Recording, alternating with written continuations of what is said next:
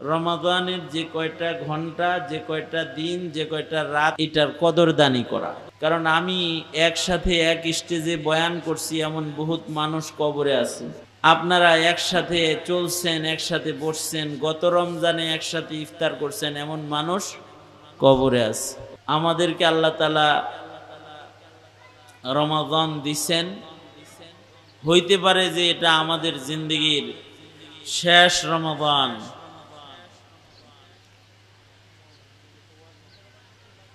এই কারণে এইটার কদর করা।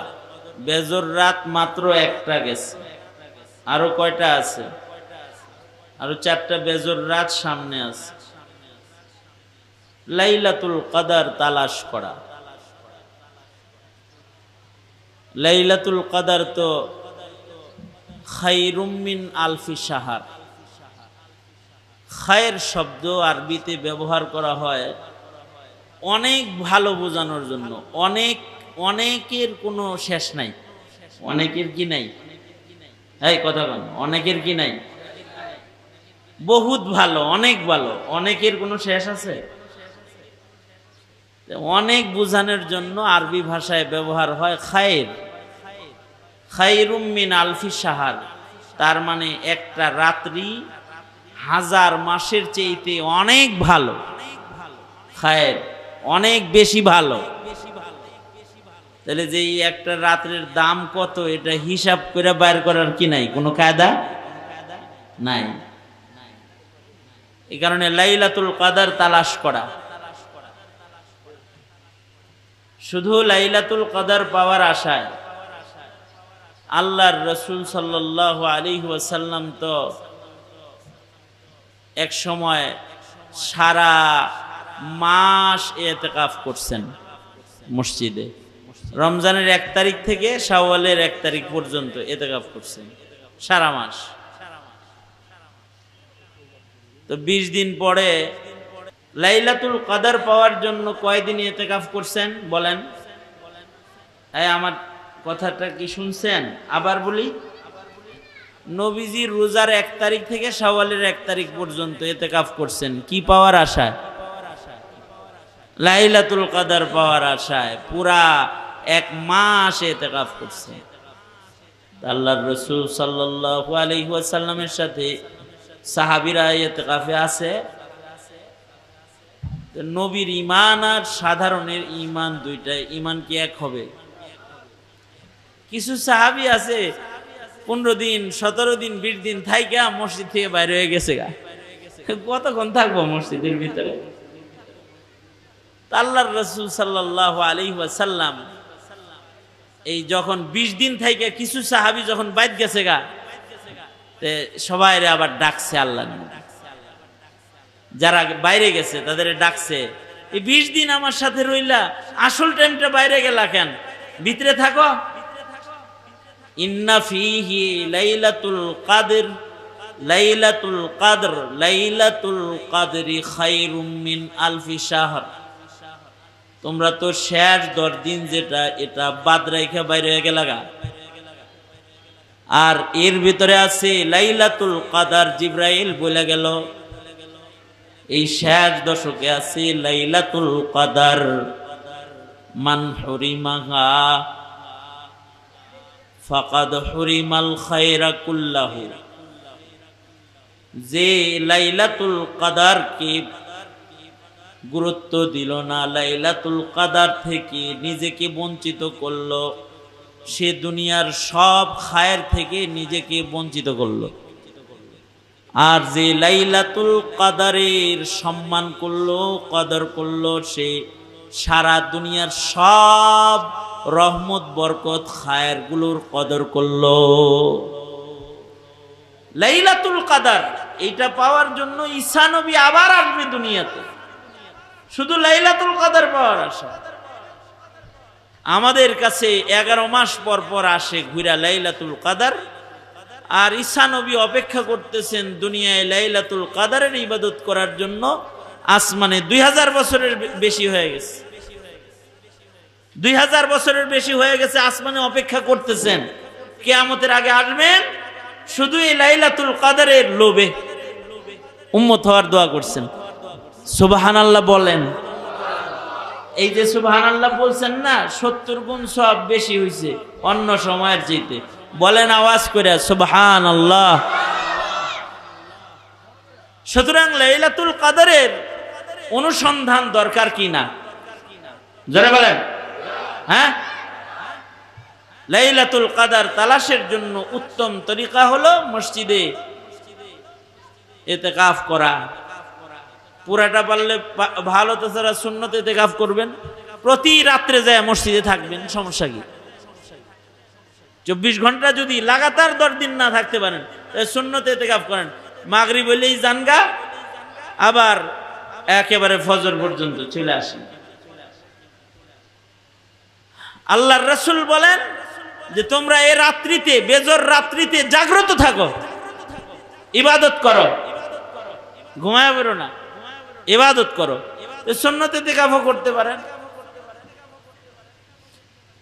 অথবা ঘরে ইবাদতের পরিবেশ কায়েম করেন।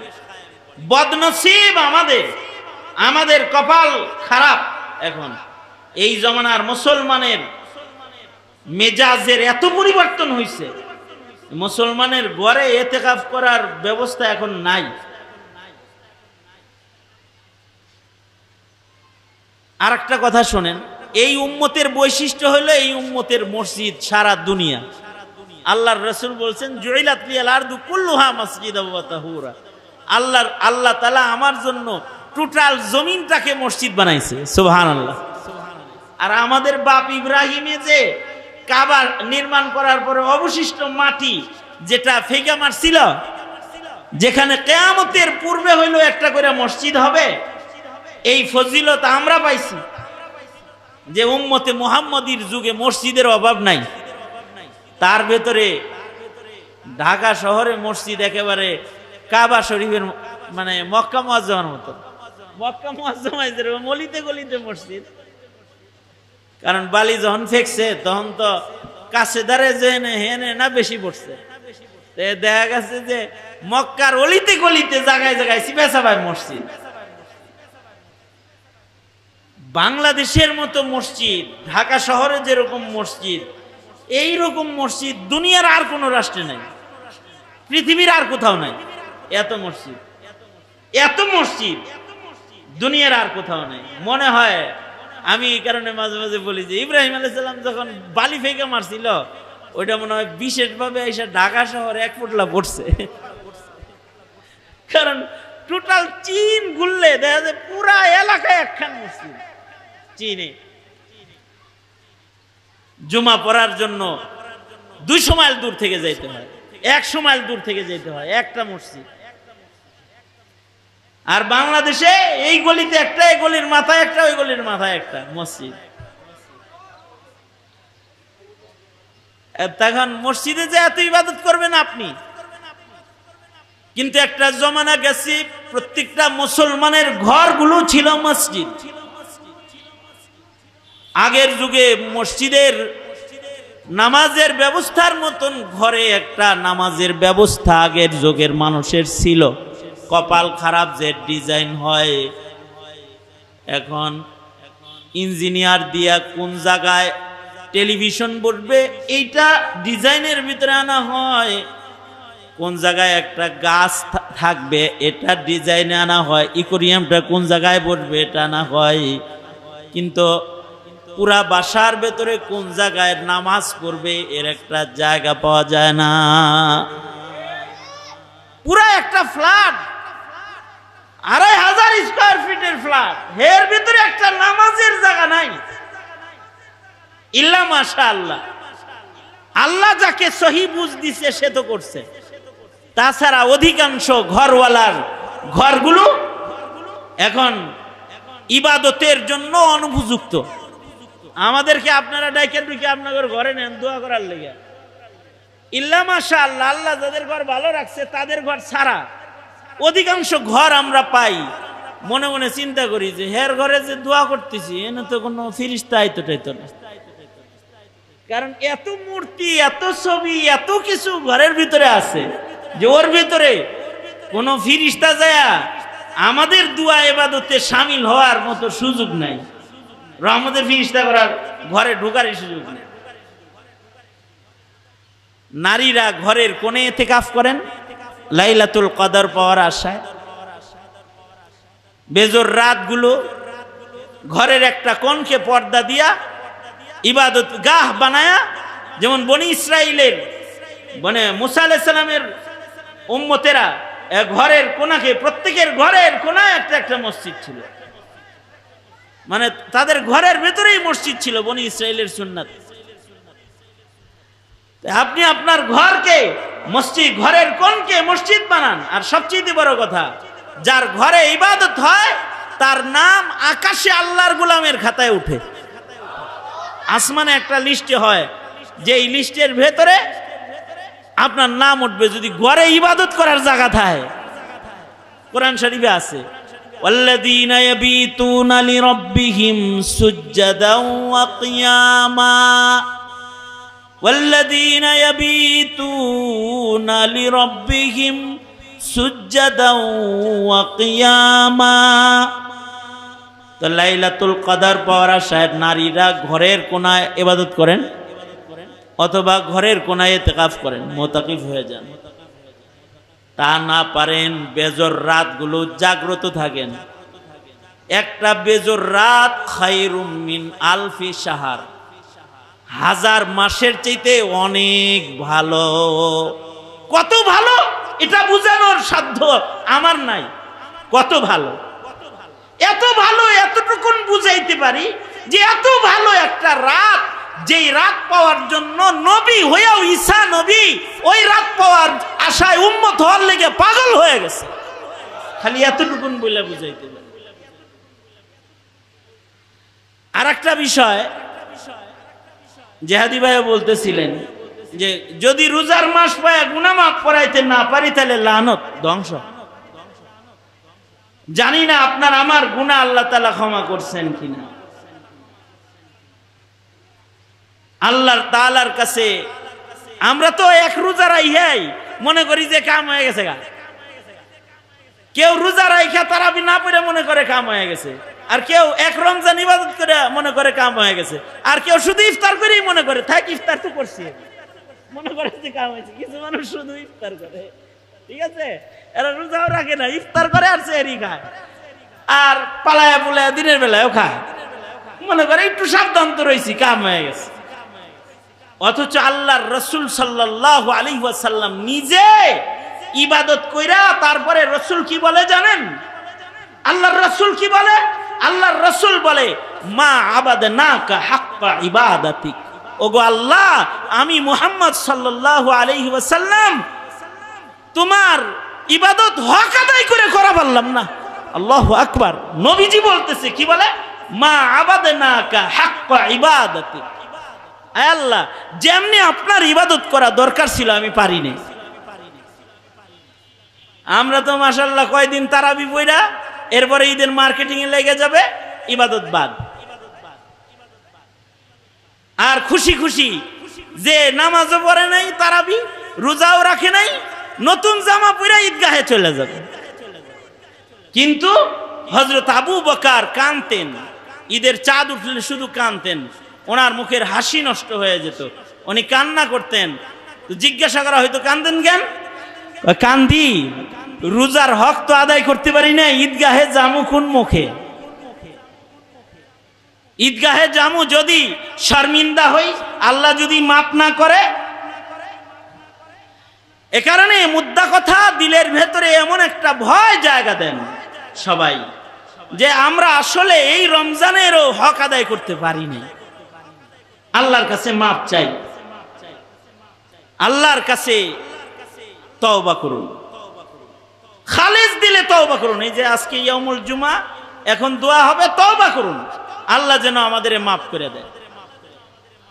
বান্দার জীবনের কিছু কিছু গুনাহ আছে এমনিই মাফ হয়, যেমন সগীরা গুনাহ। এই যে আমি আইসা মুসাফা করছি না জেহাদিবের লগে, দুইজনে মুসাফা করছি, আমাদের সগীরা গুনাহ মাফ হইছে। মুআনাকা করছি, সগীরা গুনাহ মাফ হইছে। এই মাহফিলে হেঁটে হেঁটে আসছি, সগীরা গুনাহ মাফ হইছে। মসজিদে হেঁটে হেঁটে গেছি, সগীরা গুনাহ পড়ছে। ওযু বানাইতেছেন, ওযু করতেছেন, অজুর পানির সাথে সগীরা গুনাহ পড়ছে, ঝরছে, পড়ে গেছে। কিন্তু কিছু গুনাহ মানব জীবনে আছে, যেই গুনাহগুলো তওবা ছাড়া মাফ হয় না, সেই গুনাহগুলো হলো কবিরা গুনাহ। খালি ইবাদত করলেই হবে না, খালি তওবা করা লাগবে ওই গুনাহগুলোর জন্য, যে গুনাহগুলো কবিরা গুনাহ হয়ে গেছে। তওবা ছাড়া মাফ হয় না ওগুলো। আর একটা কবিরা গুনাহ দোজখের আগুনে নিক্ষিপ্ত হওয়ার জন্য যথেষ্ট। খালেস দিলে তওবা করুন যে আর গুনাহ করব না, ইনশাআল্লাহ বলেন, আওয়াজ করে বলেন ইনশাআল্লাহ। রোজার মাসে নামাজ পড়ছেন, চান রাত্রে নামাজ শেষ, তাইলে কিন্তু রোজার ওই ইবাদত শেষ। আমি পুরান ঢাকায় তখন জুমা পড়াই, পুরান ঢাকায়। পুরান ঢাকায় একজন খতমের রাত্রে আমার সাথে দেখা করতে আইছে, দাড়ি টাড়িও রাখছে, পাগড়ি মাথায় দিয়ে তসবিহ হাতে লয়ে আইছে, বুঝছেন জিয়াদি ভাই, হাতে তসবিহও আছে, পাগড়িও আছে, আইছে আমার কাছে। তা আমি তো মনে করছি পুরো বুজুর্গ হয়ে গেছে। তা আমি জিগাইলাম, কি দাড়ি কি রেখে আলাইছেন? পাগড়িতে তো খুব সুন্দর দেখা যাইতেছে, ভালোই দেখা যাইতেছে, দাড়ি খুব মাশাআল্লাহ খুব ভালো রাখছেন তো?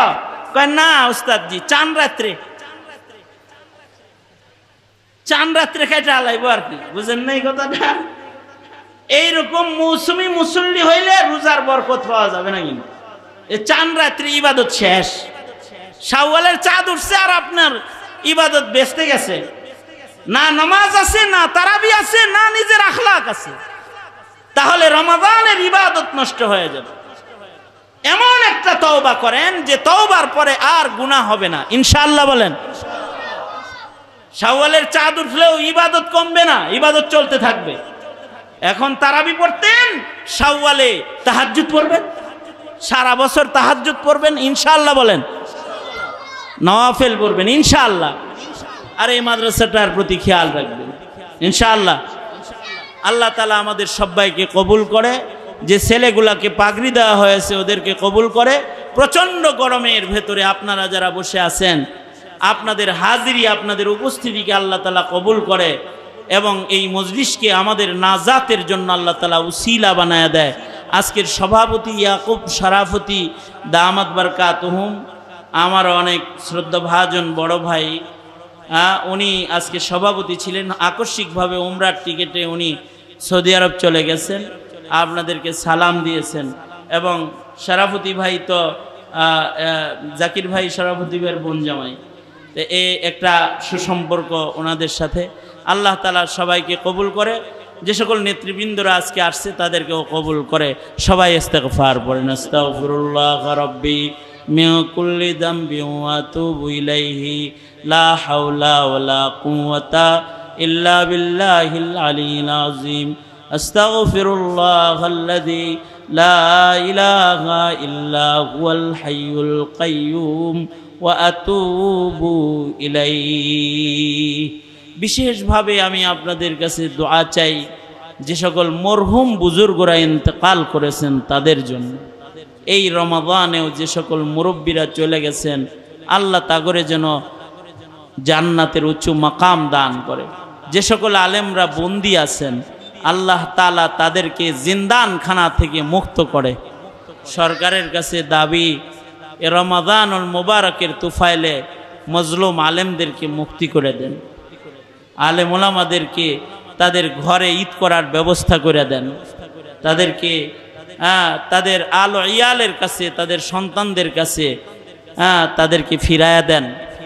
আল্লাহ তাআলা আমাদের সবাইকে ইখলাস ও মুহাব্বতের সাথে রমজানের বাকি সময়ের ইবাদত করার তৌফিক দান করেন, আমিন।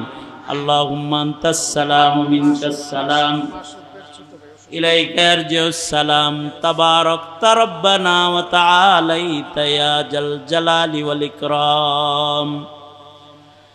ربنا ظلمنا أنفسنا وإن لم تغفر لنا وترحمنا لنكونن من الخاسرين। ফেলিয়ে না দিও মাওলা, ফেলিয়ে না দিও, গুনাহ যত করেছি আমরা ক্ষমা তুমি করিও।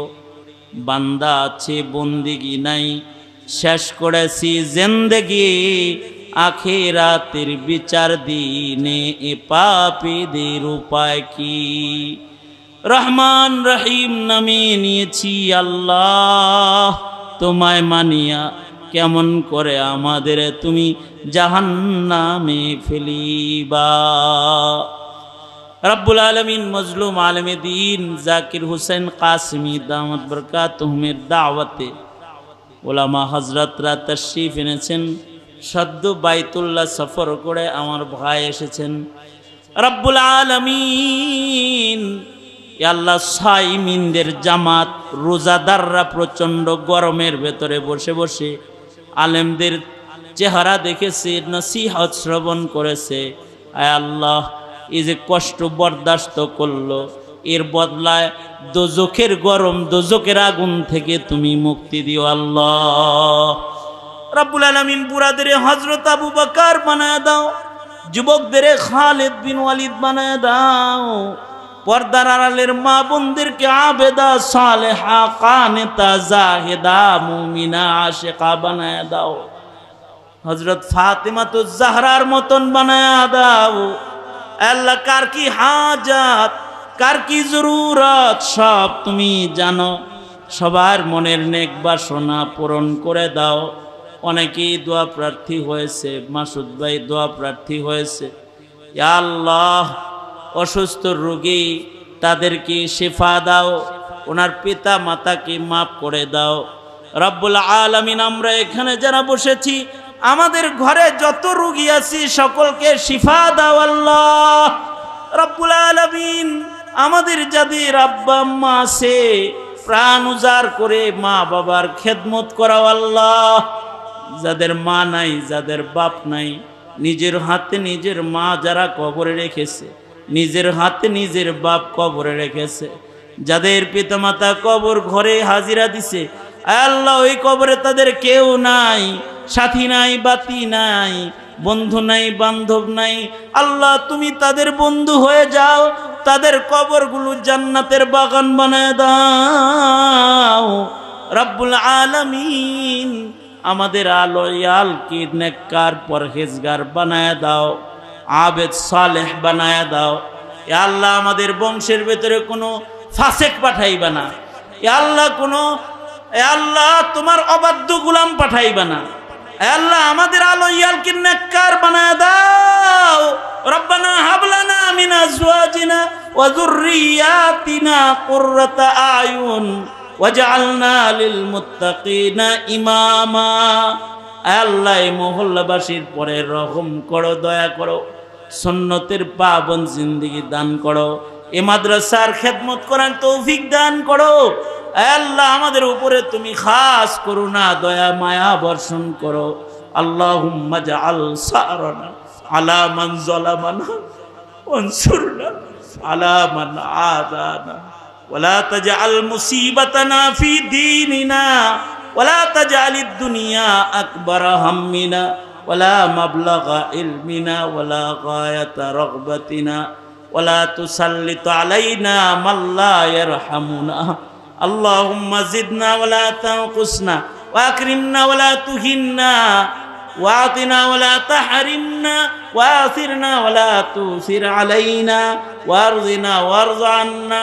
اللهم عافنا في قدرتك وادخلنا في رحمتك يا الله। بار بار রমাদান নসিব করে দাও। রমাদানের বাকি রোজা হক আদায় করে করাও। ভুল ত্রুটি যা হয়েছে মাফ করে দাও। সারা দুনিয়ার মজলুম মুসলমানদের জন্য মদদ পাঠায়া দাও। বন্দী উলামায়ে কেরামদেরকে মুক্ত করে দাও। ইয়া আল্লাহ, মজলুমদেরকে সহায় হও আল্লাহ। ইয়া আল্লাহ, সাকিনা নাজিল করো, হার কিসমের মুসিবত থেকে রক্ষা করো। এই মাদ্রাসার স্থায়ী জায়গার ইন্তজাম করো, কবুল মঞ্জুর করো আল্লাহ। অনেক কিছু বলার, সংক্ষেপ কথা, যত কল্যাণ যত মঙ্গল সব দাও, অমঙ্গল অকল্যাণ থেকে বাঁচাও। যে হাফেজ দুটি ছেলেকে পাগড়ি দেওয়া হয়েছে, আলেমে রব্বানি হক্কানি করে কবুল করো। ইয়া আল্লাহ, মুফতি জাকির হোসেন কাসেমি প্রতিভাবান আলেমে দিন, ওনার লেখালেখি, ওনার খাদামাতগুলাকে তুমি কবুল করে নাও। সুস্থ নেক হায়াত দান করো আল্লাহ। সুবহানা রাব্বিকা রাব্বিল ইজ্জাতি আম্মা ইয়াসিফুন। বিশেষভাবে রব্বুল আলামিন ইয়া আল্লাহ ইলিয়াসুর রহমান জিহাদি ভাই সহকারে ইয়া আল্লাহ যত উলামা হযরতরা এখানে হাজির রয়েছে আল্লাহ সবাইকে সুস্থ নেক হায়াত তুমি দান করো আল্লাহ। সুবহানা হ্যাঁ মাসুদ ভাইয়ের ভাই অসুস্থ, দোয়া প্রার্থী হয়েছে, আল্লাহ শিফা দান করো। সুবহানা রাব্বিকা রাব্বিল ইজ্জাতি আম্মা ইয়াসিফুন ওয়া সালামুন আলাল মুরসালিন ওয়ালহামদুলিল্লাহি রাব্বিল আলামিন। আসসালামু আলাইকুম ওয়া রাহমাতুল্লাহি ওয়া বারাকাতুহু।